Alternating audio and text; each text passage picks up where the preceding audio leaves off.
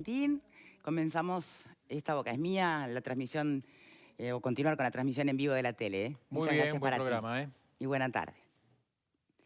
Y muy buenas tardes para todos en casa. Hoy es verdad, es un día especial, se conmemora una marcha más del silencio en condiciones bien diferentes y por ende, por el contexto también de la pandemia, un silencio que me parece a mí, creo que en eso coincidiremos, está haciendo mucho más ruido y está siendo mucho más escuchado que en otras ediciones. Pero vamos a hablar de eso más adelante.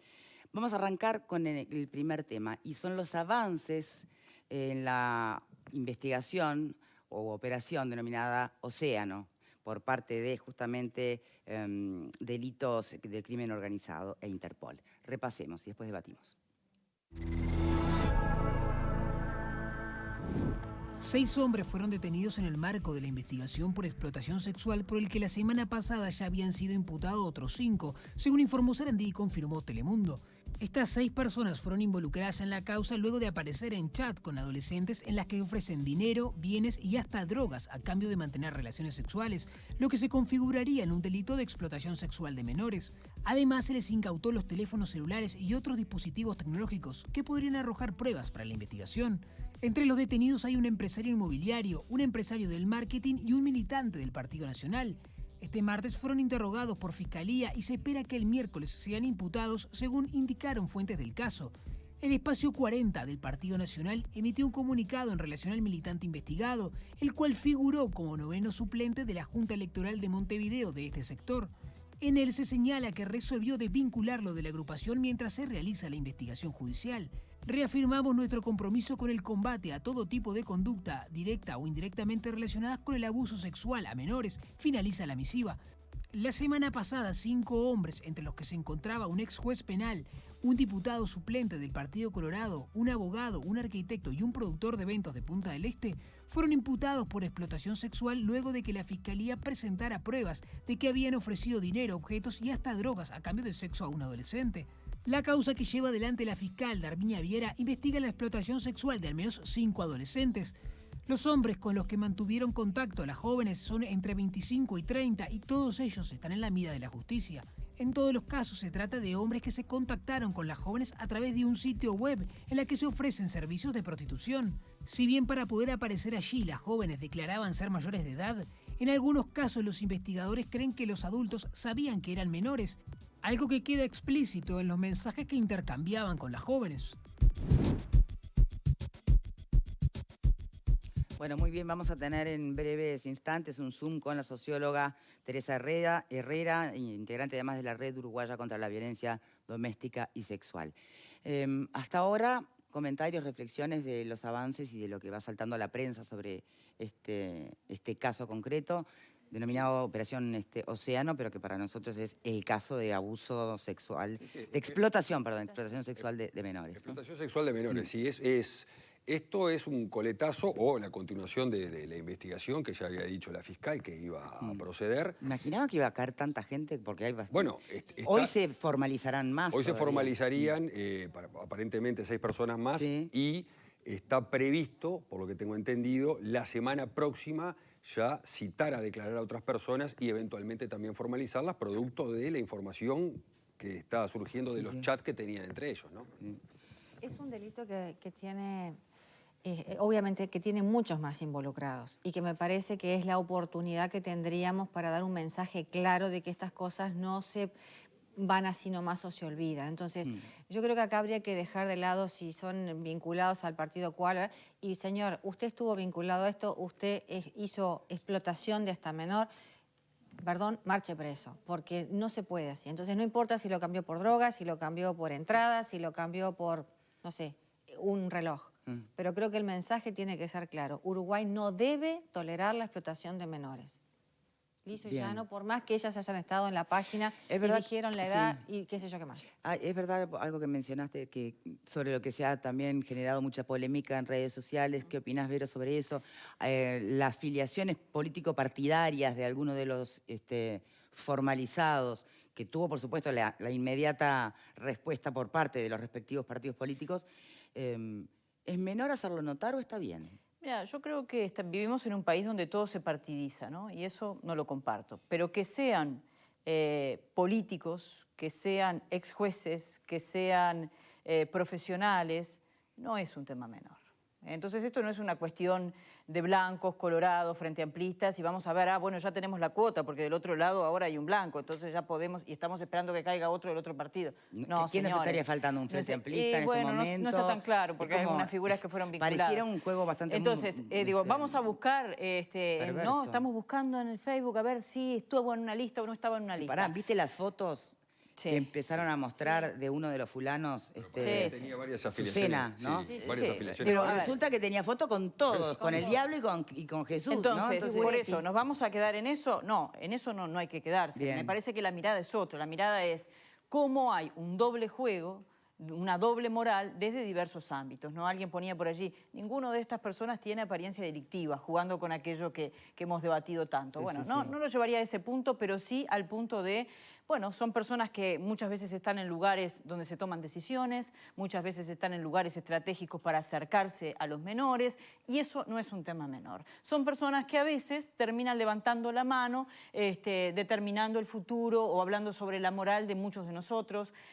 Recordemos que el país ha debatido temas bien importantes al respecto de muchas cosas vinculadas a, por ejemplo, la despenalización del aborto, y allí se hacían, cuando uno veía los debates, se hacían una suerte de discurso de los valores que tenemos que compartir, y después resulta que terminan siendo estas personas las que tienen por detrás toda esta trayectoria, que yo creo que no queda en este caso, y esperemos que la justicia sea muy seguidora de eso. Entonces, me parece que el punto es ese, no es la anécdota a qué partido pertenece, es en qué lugares estratégicos se ubican estas personas, donde toman decisiones, dan clases de moral, y bueno, y además deciden el futuro de menores como un juez. Como un juez, ¿no? Edward Hoffman, hoy penalista invitado, bienvenido. Muchas gracias. No es un delito nuevo, no es un delito que esté vinculado a personas de escasos recursos, ¿no? O sea, por lo general este tipo de delito que es dificilísimo de investigar por muchos motivos. El cargo que ocupan a veces los involucrados y también a veces la falta de profesionalismo o la falta de investigación tanto a nivel policial como a nivel de la justicia. Bien, perdón, Hoffman, pero acá hay una torpeza que hace ruido. Se me comunicaban por chat, por WhatsApp. Una impunidad que hace ruido. Es impunidad. Bueno, me interesa eso. A ver. El tema es la impunidad, pero no es solo en esto. O ni siquiera visualizar que estaban cometiendo un delito, que no sé qué es peor. No, es que no lo En el caso del juez y del abogado no me cabe la menor duda. Pero ponele, no sé cuántos más van a caer y a qué se van a dedicar los que vayan cayendo. Victoria, yo hace 20 años que trabajé y trabajo en el tema de lo que es el turismo. Y este tipo de situaciones se dan. Y muchas veces la policía no investiga porque le falta pruebas o a veces no investiga porque la persona involucrada es de determinado estrato social. Hoy de mañana, justo hablé con Marta cuando llegué, el FBI está investigando hoy en día abusos sexuales de menores a través de una nueva red que se hacen las videollamadas, que vamos a tener una ahora con el tema del Zoom, que están utilizando esa herramienta para hacer abusos sexuales, el FBI. Entonces, este delito no es nuevo, lo que sí es nuevo es que tenemos que tener una policía para este tipo de situaciones que no es muy común. O sea, el tema de la violencia doméstica hay que investigar, el tema requiere su especialización. Requiere, el FBI tiene hasta para crímenes de odio, crímenes sexuales, violencia de género y nosotros seguimos con la misma policía, aunque le cambiamos a veces los nombres, pero seguimos investigando de la misma manera. A ver, vamos a entrar en contacto, si les parece, después continuamos nosotros aquí con Teresa Herrera, entonces, integrante de la Red Uruguaya contra la Violencia Doméstica y Sexual, socióloga. Teresa, ¿cómo estás? Buenas tardes, Buenas tardes. Qué gusto verlos hoy. Además, un día tan especial, ¿no? Un día donde vamos a hablar de derechos humanos y de impunidad, porque tanto en el tema que vamos a tocar ahora, como el tema que viene después, en el marco del 20 de mayo, son derechos humanos e impunidad. Exacto. Porque distintos aspectos de los derechos humanos Sí. y de la impunidad. Como muy bien decían los panelistas antes, este crimen, que es uno de los más terribles, porque las relaciones de poder que se ven en estas situaciones, gurisas cuyos derechos han sido vulnerados desde niñas, en la mayoría de los casos, aunque también hay otros, pero en la mayoría de los casos es esta situación, y en la cual varones de mayor edad, con poder de todo tipo, se aprovechan de esa situación. Eso me quería ahondar un poquito en eso, porque se mencionaba por aquí que uno de los grandes problemas y que puede llegar a ser la respuesta a la impunidad ante este tipo de crímenes es que los perpetradores son o pertenecen a un nivel socioeconómico determinado, que ocupan cargos de poder. ¿Eso es así? ¿Está estudiado que o en realidad es una pata nomás del problema? Porque hemos hablado varias. ¿O qué porcentaje hay en que todavía no se termina de entender o hacer carne que están cometiendo un delito? Porque durante años no era. No era delito, era algo naturalizado, ¿verdad? Incluso ahora en la LUC estamos discutiendo temas que tienen que ver con el abuso sexual. Sí.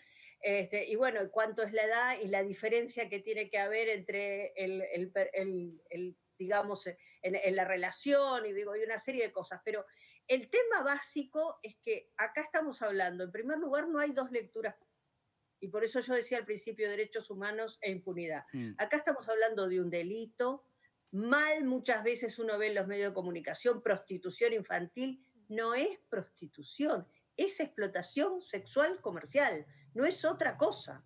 Es decir, no hay ninguna posibilidad de que acá estemos hablando de el ejercicio de la prostitución en criaturas que no pueden definir, ¿verdad? No eligen, eso no se elige. Es decir, hay una relación tan desigual entre unos y otros que no es un tema de elección, es un tema de, bueno, muchas veces estas gurisas, la única forma que piensan que pueden salir de determinadas situaciones es a través de esto. Y justamente lo que necesitan es una ayuda enorme. Pero lo que quería decir fundamentalmente, y tú me preguntabas, Victoria, el tema de qué es lo que ocurre si esto es lo más común. Lamentablemente sí, y por eso hay tanta impunidad.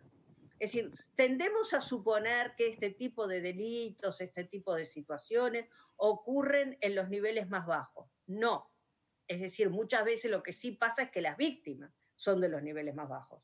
Pero los perpetradores, los abusadores, los explotadores son personas, fundamentalmente varones, de edad y de nivel de condición socioeconómica alta.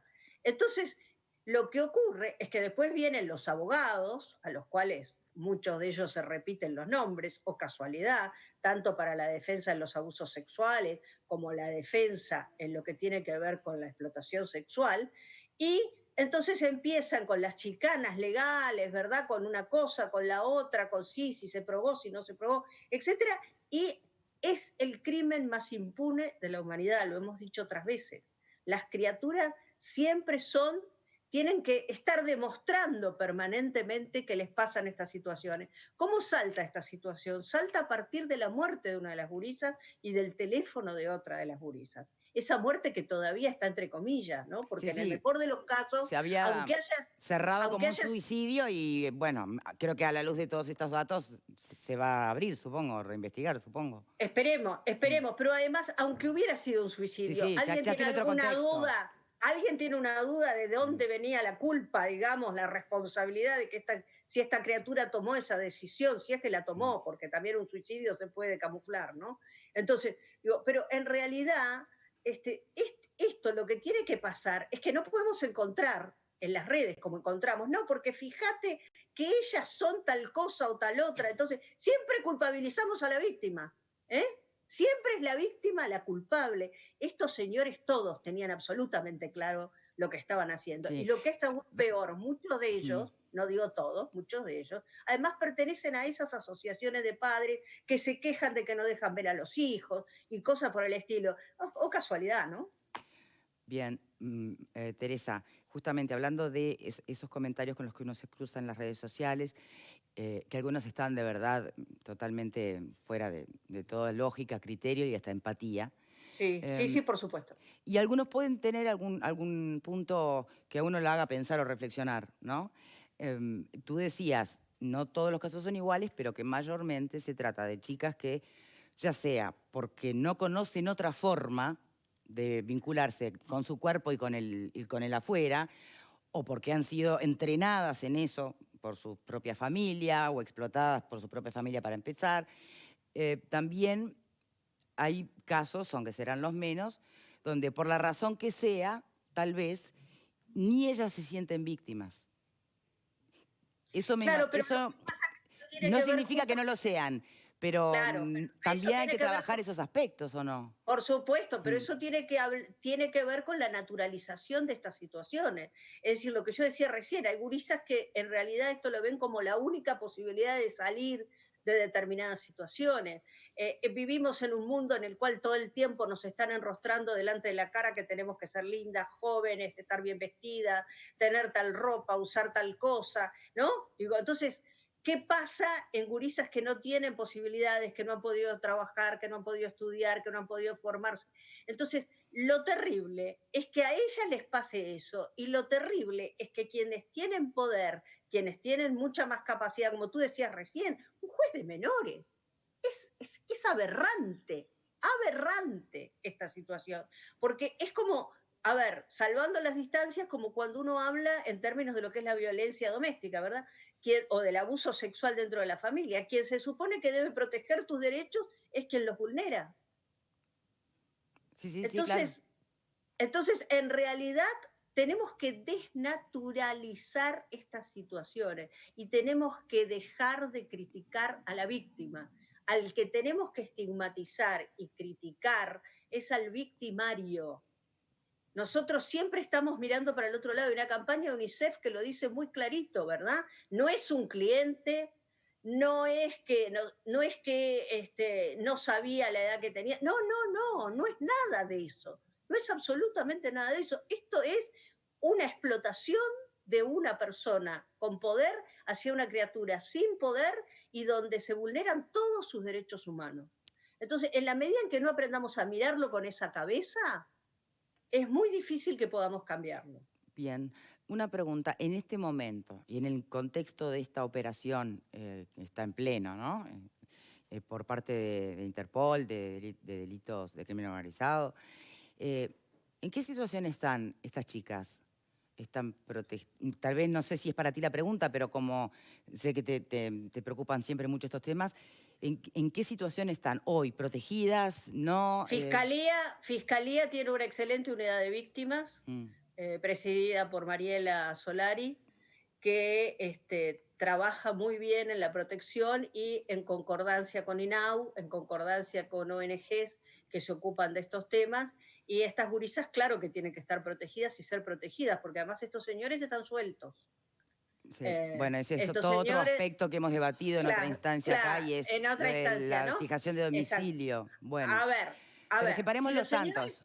Separemos los tantos, porque además si los señores quieren amenazar aunque estén presos, digo, tienen cómo, sí. ¿no? Justamente si lo que tienen es poder para poder hacerlo. Justamente por eso hay que proteger más que nunca a estas gurisas, porque por supuesto pueden correr riesgo no solo de vida, sino riesgo de otro tipo, ¿no? Porque estas situaciones por eso es tan difícil. A ver, yo hace poco hice un estudio, estoy haciendo un trabajo, una investigación, un trabajo de investigación en la zona de la frontera, ¿no? Bueno, lo que pasa en la frontera de Uruguay es vergonzoso. Y lo sabe todo el mundo.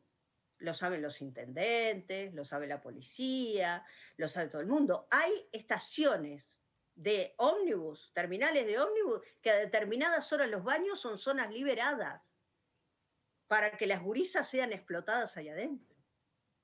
Entonces, ¿y te consta en esa investigación, Teresa, que hayan intervenido otras instituciones del Estado? No sé, asistentes sociales, MIDES, en las familias de estas chicas? En muchos casos sí, en otros no. En muchos casos se trata incluso de gurisas que viven en lo que es el interior profundo, donde las mujeres están siendo vulneradas, tanto las de todas las edades, ¿no? De todo el tema de la ruralidad, y todo eso es un tema que es un debe importante. Entonces, en realidad hay ciertas intervenciones, pero lo que ocurre es que además, en muchos casos, no sé si es en este caso actual, porque todavía está en investigación, sí, pero en muchos casos hay verdaderas organizaciones delictivas detrás de todo esto. Acá todo partió de una supuesta plataforma donde las chicas se exhibían para ofrecer su servicio.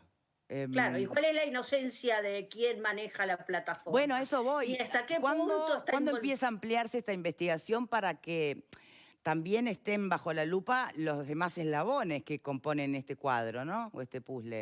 Exactamente, por eso yo empecé hablando de impunidad, porque el problema es que, claro, a ver, una asistente social, una trabajadora social, o una psicóloga, o una abogada incluso, o tomar cartas en el asunto, pero en la medida en que hay verdaderas organizaciones delictivas, acá tiene que tomar cartas en el asunto, no solo las instituciones, sino el Poder Judicial, la policía. Tiene que haber, como decía uno de los panelistas, por supuesto que tiene que haber policías especializadas en este tipo de temática, sin duda alguna, más allá de que cualquier policía tiene que tomar conocimiento de este tipo de situaciones, ¿no? Bien. Porque si no también a veces pasa que no, que vaya solo a la unidad o que denuncien tal lado porque nosotros no tenemos nada que ver con eso. No, justamente todos y todas tenemos que ver con esto, porque son derechos humanos y los derechos humanos a uno no les puede dar la espalda. Muy bien, Teresa, tenemos que hacer la pausa. ¿Quieres agregar algo más antes de despedirte?